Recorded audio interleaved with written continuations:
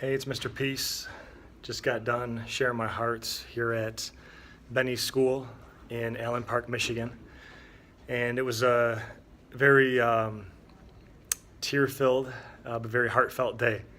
I got to speak to the kindergartners all the way through the fifth graders in 3 separate assemblies. And the main focus was on bullying, but more importantly, looking at one's heart first and foremost. And building on my previous visit here, which was on positive life choices, being the best version of yourself, loving ourselves first before we can go and love others, and really believing in our own abilities and our ability to change this world. That's what today really started to kind of amplify even more the talks of needing to see everybody for their heart first and foremost. And just like the shirt says, one race human, that we see everybody as human beings before anything else too. I'm standing in front of one of the pencils on the wall here. It says, all you need is love. And it's so true that we aren't taught violence.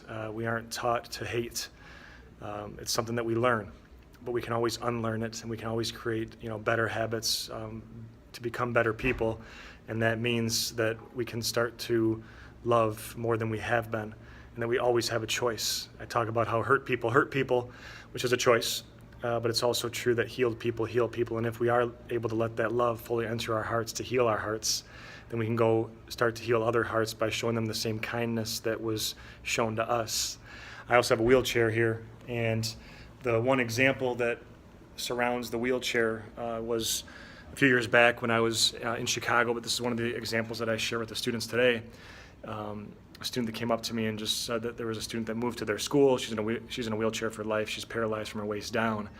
And she, despite her friends, her so-called friends saying, hey, don't even talk to that girl, she's different or weird, she said, no, I'm going to listen to my heart. And her heart told her to go up to this girl and ask her to be friends. And now they're still friends to this day. But what's so beautiful about this is that her including her, she said that she does see her heart first, and that's as big as our fist.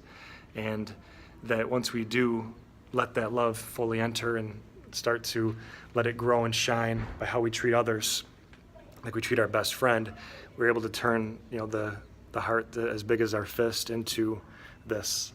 That also means that we see everybody for this too, the M on all of our palms, etched on all with the lines of our hands, M for miracle, and W upside down for worthy, that we're worthy of love to give it and receive it, and we always remember that no matter what.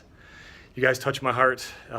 Had a lot of students that came up and said they'd love to have me back again already, and that they're going to spread this kindness, they're going to spread this love and this peace, and to know that I'm having that impact and this message is having that type of